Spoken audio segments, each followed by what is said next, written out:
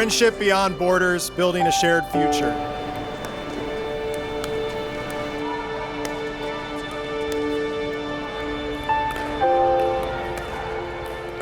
Pickleball is a sport that started in the mid-60s, so it's pretty old when you think about it. However, in the last 5 or 6 years, it has exploded in popularity. Basically, when you take the ball, it's typically done during a rally, but it can also be done on a serve. And typically, you're going to take your paddle and slice behind the ball to get that backspin technique going. Lots of Chinese people also play tennis, so it's kind of similar, and it's like smaller court than what tennis player we usually do. Pickleball is a very inclusive sport. It has a low entry level, meaning that people can pick up a paddle and start playing and experience a level of success very quickly.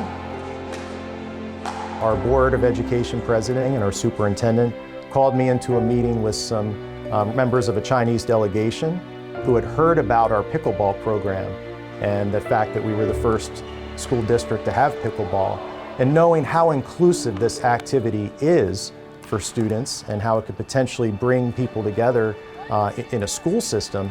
How about globally? How would this look bringing countries together? And so the idea was pitched to us to have a pickleball tour of 3 different cities. And question, can you do this in 3 months? Of course, I'm going to say yes. That's my job, is to provide those opportunities for our students. And here we are, just about 3 months later, getting ready to go. We have 31 student athletes behind me who have been practicing for the last few weeks their pickleball skills as well as learning Chinese culture. You all have chopsticks at your table. How proficient are you with the chopsticks? We look for students that would be ambassadors.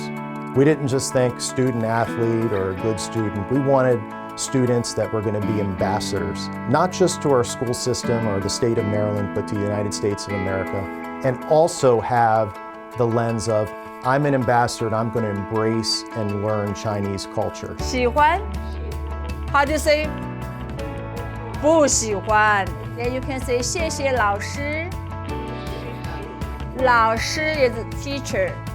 The Chinese culture entirely is something that I think people often misperceive, or maybe there's different types of perceptions or perspectives on their customs or their traditions, or really anything that's going on in their country. And I think what intrigues me is getting to know it for myself and going there and experiencing it, not just from a tourist point of view, but from somebody who is coming to the country with the main purpose of getting to know their culture and kind of having that experience of a shared idea and a shared culture and a shared thought. We're going to China. We're very excited.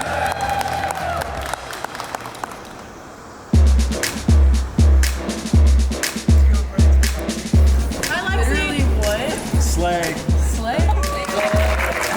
Beijing and Shenzhen or India or the VIP will be from Beijing to Shanghai and Shenzhen. So definitely you will get a very good trip. We also have our commemorative pin for you, Dr. Oh, thank you. You get me some China. Okay. Thank you. Have a good trip.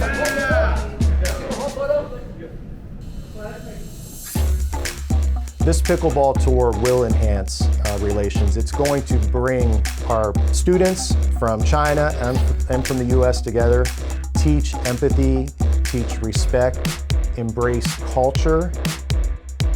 We flew into Beijing, then we went to Beijing Middle School. Hi. We had 2 different partners, one who gave us the tour, 咱们欢迎在座的8位小伙伴们来我们的课堂。Welcome to join us.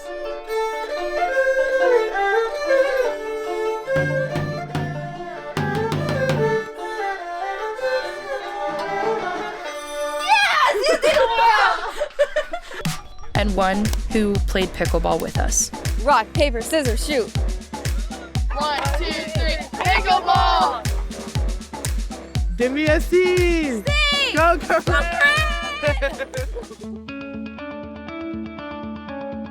Pickleball is an inclusive sport with the entry level, but also playing doubles. It has the opportunity to partner, in our case, an American and Chinese student together on the same team and to compete against another doubles team. And so by nature, it's a sport that brings people together. 10-10. Girl, somebody's gotta win, somebody's gotta lose. Either way, friendship in the end. Bar. Oh, you got it. Yeah! Ow, ow, ow! Good job, Hannah! This trip was about more than just pickleball. It was about friendships and family. The family that we built in the American cohort, and the friendships we made with the Chinese students.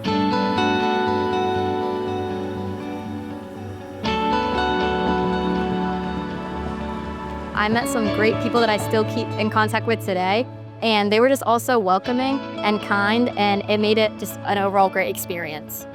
This was an opportunity for our two cultures to bridge, for our students to learn about Chinese culture firsthand, and to share the joy of pickleball as a sport. And it was also an opportunity for Chinese students to interact with American students and to bridge cultural gaps.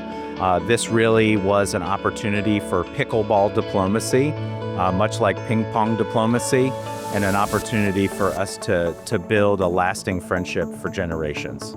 When the students were paired up together and they would score a point or they would win, they had special handshakes that they had created. There were some fist bumps going on, and it was amazing the way that these friendships formed almost immediately. When I met my teammate in China, my first teammate, we became really good friends really fast because we started our warm-ups, and it was just about communication from that point on. So it was really just about getting that communication style down, and I think that's important in any friendship, no matter what and no matter where you're from. So I think that's especially what sports offer that really no other point of connection can.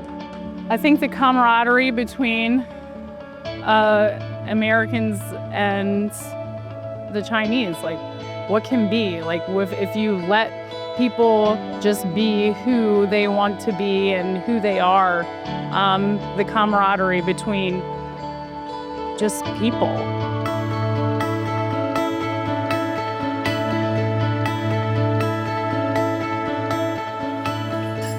I'm Jeff Sullivan, the proud leader of the Pickleball Diplomacy delegation, and welcome to the premiere of our documentary.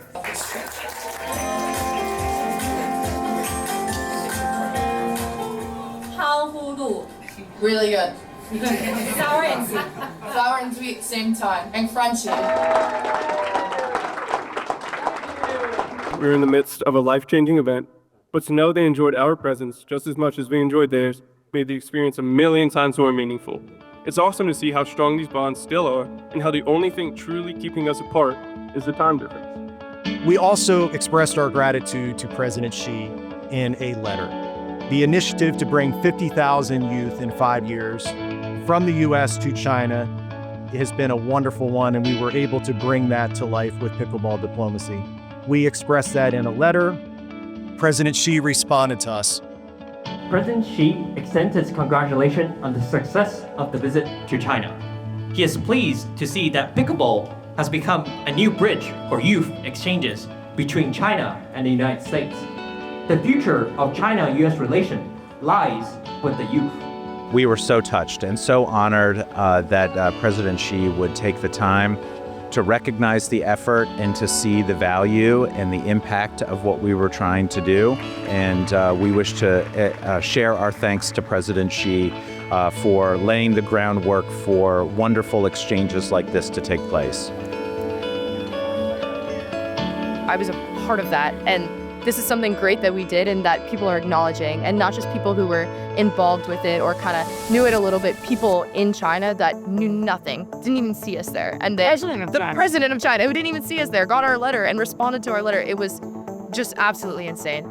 中美两国实事求是说呢，现在的关系有点走下坡路，但是呢，两国人民之间的关系还是非常好的，非常牢固的。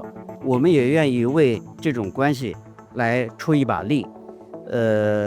我认为习近平这封回信实际上是对中美两国民间交往的一种肯定，他讲了2个，一个叫新纽带，一个叫新一代。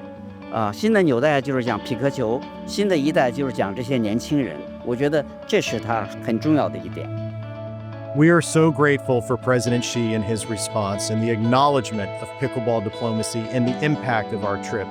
And because our youth are our future, the chapters in this book are far from finished.